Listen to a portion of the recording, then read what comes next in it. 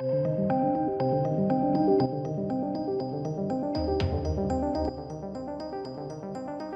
and welcome to the channel, ladies and gentlemen. Scott Derrickson has come out and told you not to go to the theatre. Yes, we bow before you, Scott Derrickson, and your big brain activity. Now, look, I'm not going to tell anyone to go to the theatre. I'm not going to tell anyone to do anything. Equally so, though, I won't be told what to do by randos or guilt-tripped into it either.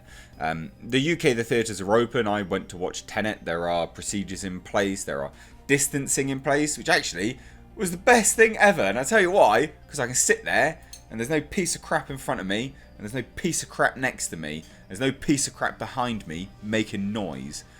Oh, it was the best. It has been one of the best movie-going experiences I've had for a while. If you don't know, I normally go to the theatres in the daytime to do movie reviews, or obviously like screening invitations and stuff like that. But there's always some pleb near you, and it's always irritating. And for these movies, they normally they have like opening night. They don't have opening day. So when I have to go watch, a movie like Tenet, I have to watch it in the evening, surrounded by a bunch of douchebags. And because the UK, they're open, but they're doing distancing, it's the best experience I've had at a theatre for quite some time.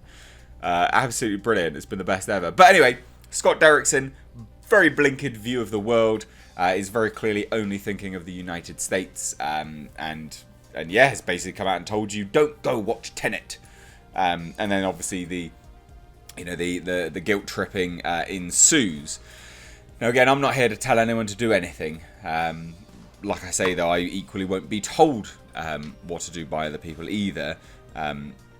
But anyway, moving on, what happened was Scott Derrickson of Doctor Strange and other such small projects, he's done some reasonable stuff, basically went on to Twitter and just tweeted this: don't go see Tenet or any other movie in a theatre. There, I said it.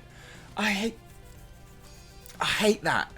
There, I said it. Or, you know what I mean? That sort of final send off, and you're just like, you're just a douche, aren't you? And obviously this article is linked down below, but it goes on to say that Derrickson's request came as theatres began to reopen for business amidst the ongoing COVID-19 pandemic that's going on.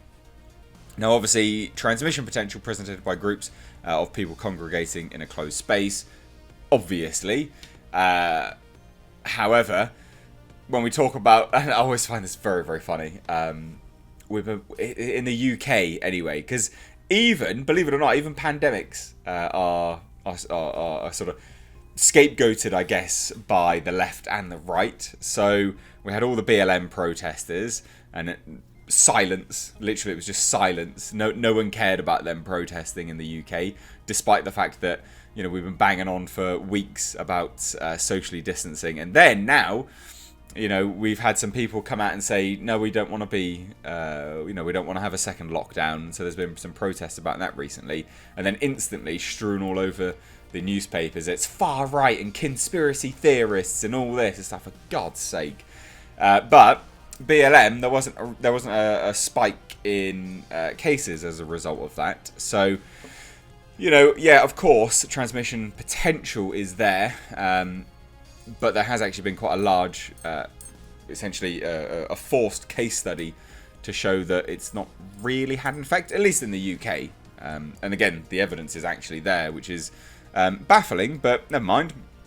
So he would follow up his initial tweet with a link to an AV Club article that discussed the potential health risks presented by increased theatre attendance. He also quoted Dr. Anne W. Rimoin, who said, short of renting out an entire theatre, which is obviously not an option for most of us, there is no scenario in which going to a movie theatre is a good idea.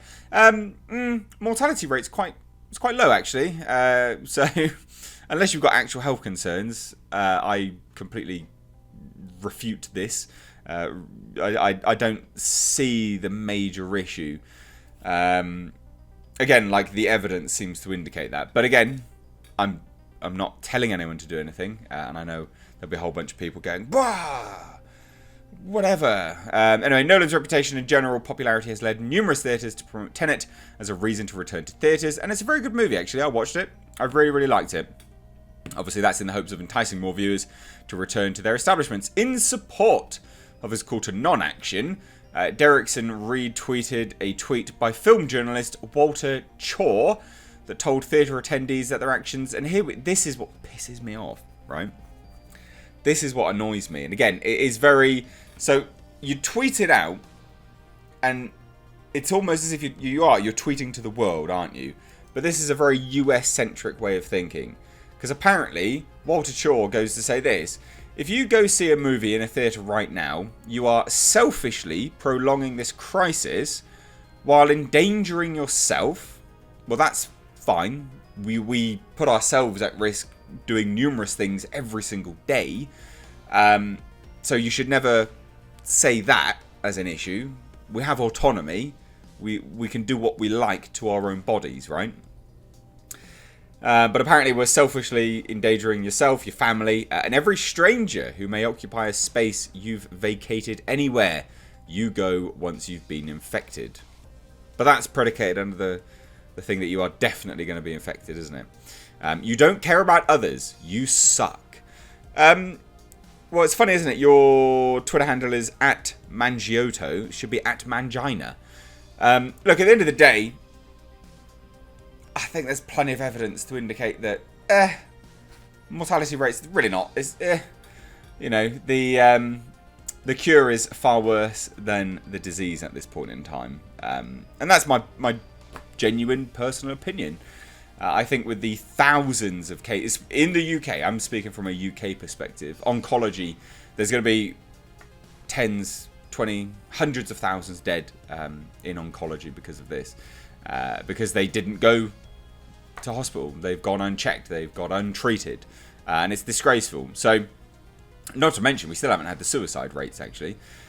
Which is, I think, is going to be really alarming. I think the amount of people that would have killed themselves as a result of just sort of, you know, being around under a lockdown would be massive, and it will be an unprecedented sort of amount that we're just not going to get. It's kind of like an invisible number, which is a shame. So, look, at the end of the day, Scott Derrickson, what are you doing, mate? Is this the world? Is this, you know, who are you talking to? Because the AV Club also basically have told people not.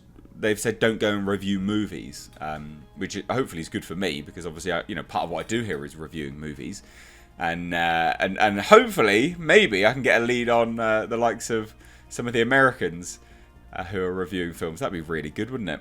But there you go. I just thought this was interesting. I think it's a very US-centric way of thinking, especially when you look at infection rates and death rates. Everything's on the decline everywhere, basically, whilst things have been opening up. So it does seem to be, evidence-wise anyway, what we can actually tell from statistics, to be going down. I do know in the States it's really bad at the moment. I still know that the rate, mortality rate, is still in like the thousands on the daily, which is crazy and is obviously not very good at all. And, you know, I wish everyone to stay safe, but you do have autonomy. You know, there is a certain level of consent.